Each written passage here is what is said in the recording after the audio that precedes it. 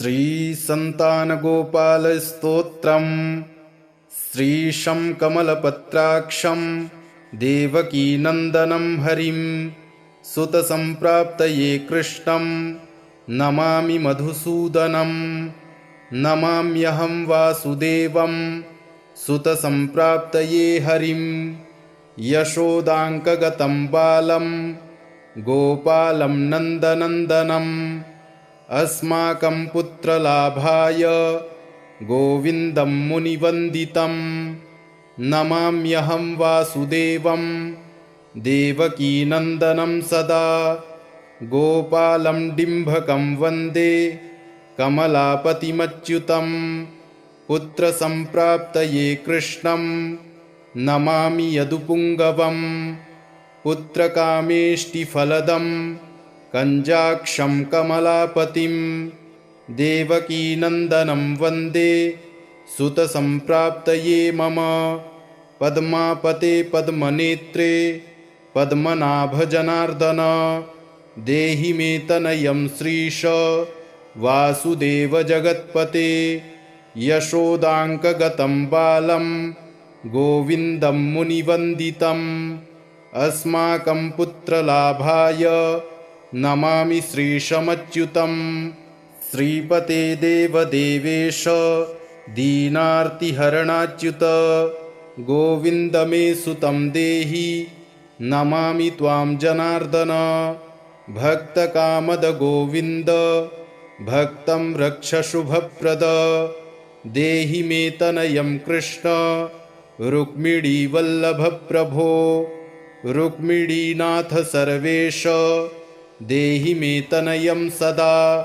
भक्तमन्दारपद्माक्ष त्वामहं शरणं गतः देवकीसुत गोविन्द वासुदेव जगत्पते देहि मे तनयं कृष्ण त्वामहं शरणं गतः वासुदेव जगद्वन्द्य श्रीपते पुरुषोत्तम देहि मे तनयं कृष्ण त्वामहं शरणं गतः कञ्जाक्षकमलानाथ परकारुणिकोत्तम देहि मे तनयं कृष्ण त्वामहं शरणं गतः लक्ष्मीपते पद्मनाभ मुकुन्द मुनिवन्दित देहि मे तनयं कृष्ण त्वामहं शरणं गतः कार्यकारणरूपाय वासुदेवाय ते सदा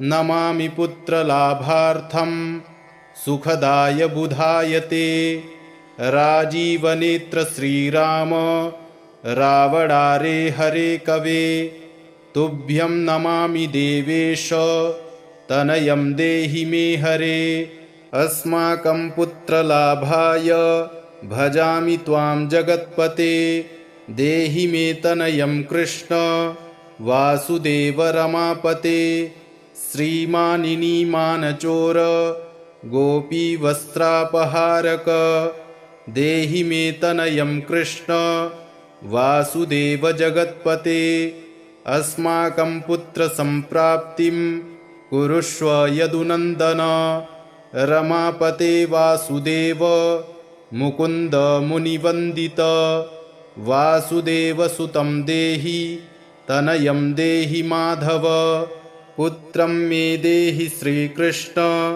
वत्सं देहि महाप्रभो डिम्भकं देहि श्रीकृष्ण आत्मजं देहि राघव भक्तमन्दार मे देहि तनयं नन्दनन्दन नन्दनं देहि मे कृष्ण वासुदेव जगत्पते कमलानाथ गोविन्द मुकुन्द मुनिवन्दित अन्यथा शरणं नास्ति त्वमेव शरणं मम सुतं देहि श्रियं पुत्रं प्रदेहि मे यशोदास्तन्यपानज्ञं पिबन्तं यदुनन्दनं वन्देऽहं पुत्रलाभार्थं कपिलाक्षं हरिं सदा नन्दनन्दन देवेश नन्दनं देहि मे प्रभो रमापते वासुदेव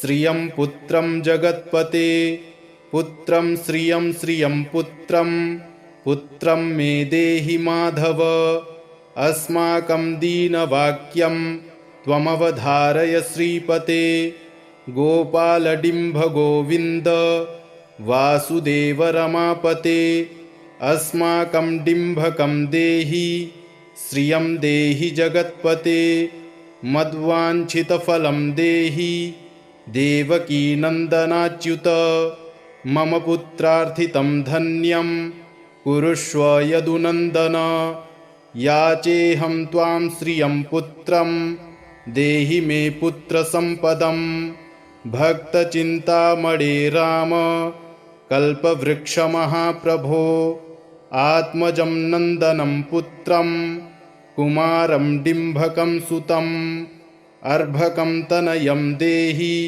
सदा मे रघुनन्दन वन्दे सन्तानगोपालं माधवं भक्तकामदम् अस्माकं पुत्रसम्प्राप्त्यै सदा गोविन्दमच्युतम् ओङ्कारयुक्तं गोपालं श्रीयुक्तं यदुनन्दनं क्लींयुक्तं देवकीपुत्रं नमामि यदुनायकं वासुदेवमुकुन्देश गोविन्दमाधवाच्युत देहि मे तनयं कृष्ण रमानाथ महाप्रभो राजीवनेत्र गोविन्द कपिलाक्ष हरे प्रभो समस्तकाम्यवरद देहि मे तनयं सदा अब्जपद्मनिभं पद्म वृन्दरूपजगत्पते देहि मे वरसत्पुत्रं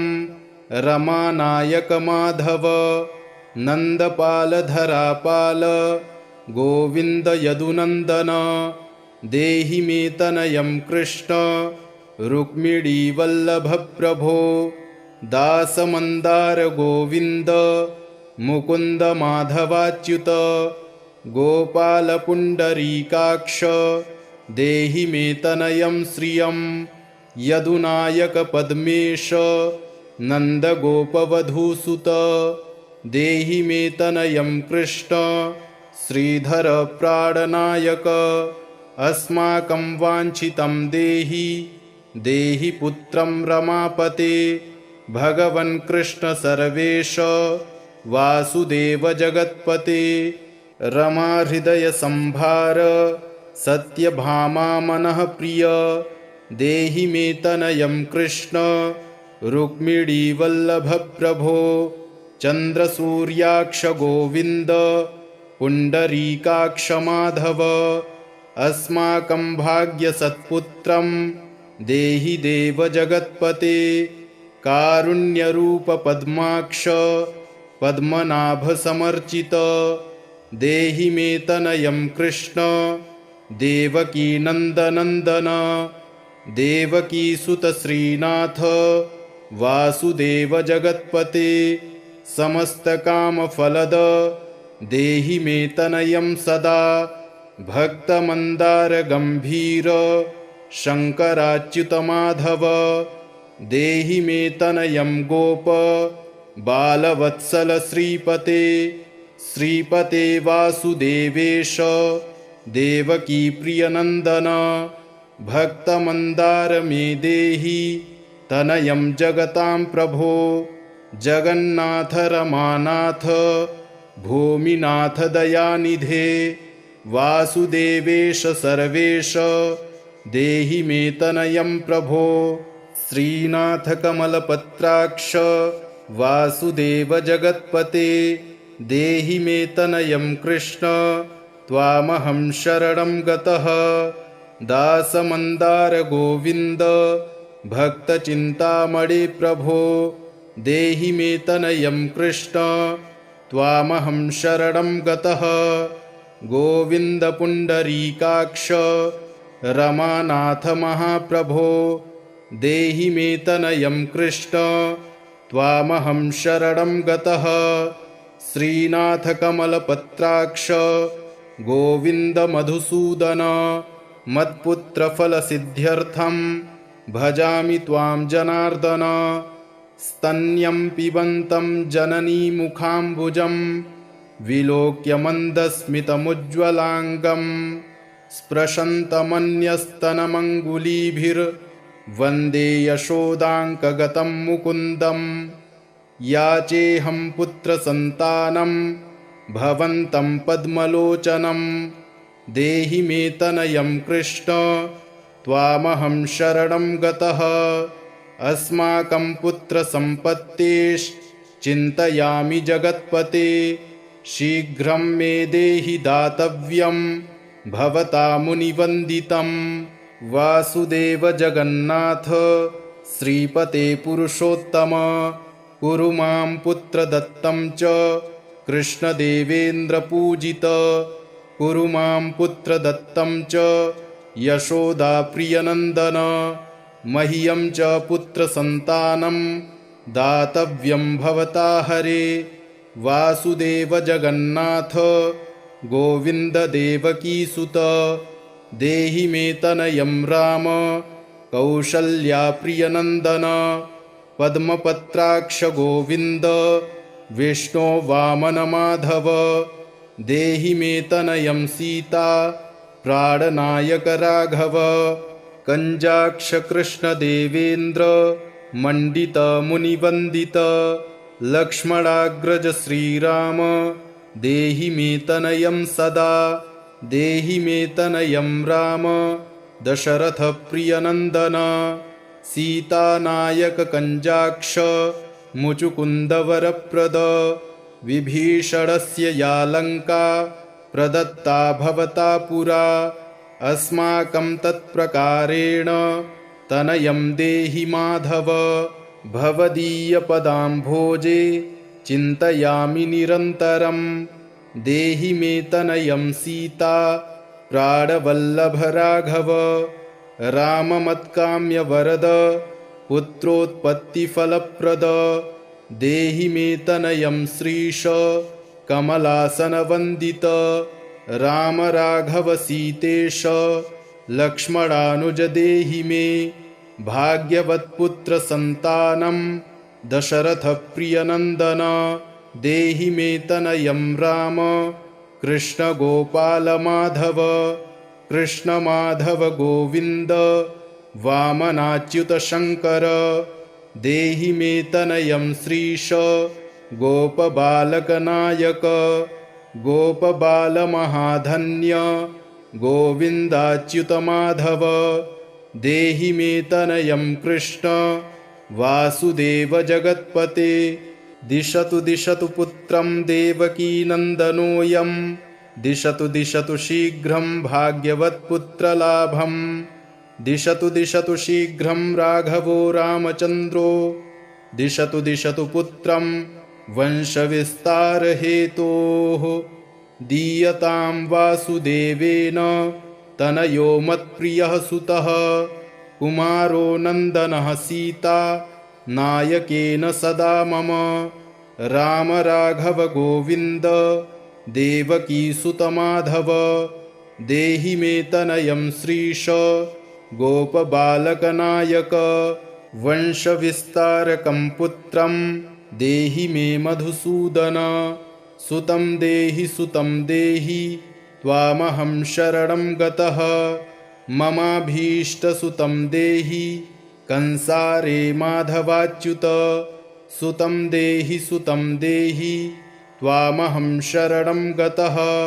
चन्द्रार्ककल्पपर्यन्तं तनयं देहि माधव। सुतं देहि त्वामहं शरणं गतः। विद्यावन्तं बुद्धिमन्तं श्रीमन्तं तनयं सदा देहि मे तनयं कृष्ण देवकीनन्दन प्रभो। नमामि त्वां पद्मनेत्रं सुतलाभाय कामदं मुकुन्दं पुण्डरीकाक्षं गोविन्दं मधुसूदनं। भगवन् कृष्ण गोविन्द सर्वकामफलप्रद देहि मे तनयं स्वामिंस्त्वामहं शरणं गतः। स्वामिंस्त्वं भगवन् राम कृष्णमाधवकामद देहि मे तनयं नित्यं त्वामहं शरणं गतः तनयं देहि गोविन्द कञ्जाक्षकमलापते सुतं देहि त्वामहं शरणं गतः पद्मापते पद्मनेत्र प्रद्युम्न जनकप्रभो सुतं देहि त्वामहं शरणं गतः शङ्खचक्रगदाखड्ग शार्ङ्गपाणे रमापते देहि मे तनयं कृष्ण त्वामहं शरणं गतः नारायण रमानाथ राजीवपत्रलोचन सुतं मे देहि देवेश पद्मपद्मानुवन्दित राम राघव गोविन्द देवकीवरनन्दन रुक्मिणीनाथ सर्वेश नारदादिसुरार्चित देवकीसुत गोविन्द वासुदेव जगत्पते देहि मे तनयं श्रीश गोपबालकनायक मुनिवन्दित गोविन्द रुक्मिणीवल्लभप्रभो देहि मे तनयं कृष्ण त्वामहं शरणं गतः गोपिकार्जितपङ्केज मरन्दासक्तमानस देहि मे तनयं कृष्ण त्वामहं शरणं गतः रमाहृदयपङ्केज लोलमाधवकामद ममाभीष्टसुतं देहि त्वामहं शरणं गतः वासुदेव रमानाथ दासानां मङ्गलप्रद देहि मे तनयं कृष्ण त्वामहं शरणं गतः कल्याणप्रद गोविन्द मुरारे मुनिवन्दित देहि मे तनयं कृष्ण त्वामहं शरणं गतः पुत्रप्रद मुकुन्देश रुक्मिणीवल्लभप्रभो देहि मे तनयं कृष्ण त्वामहं शरणं गतः पुण्डरीकाक्ष गोविन्द वासुदेव जगत्पते देहि मे तनयं कृष्ण त्वामहं शरणं गतः दयानिधे वासुदेव मुकुन्द मुनिवन्दित देहि मे तनयं कृष्ण त्वामहं शरणं गतः पुत्रसम्पत्प्रदातारं गोविन्दं देवपूजितं वन्दामहे सदा कृष्णं पुत्रलाभप्रदायिनं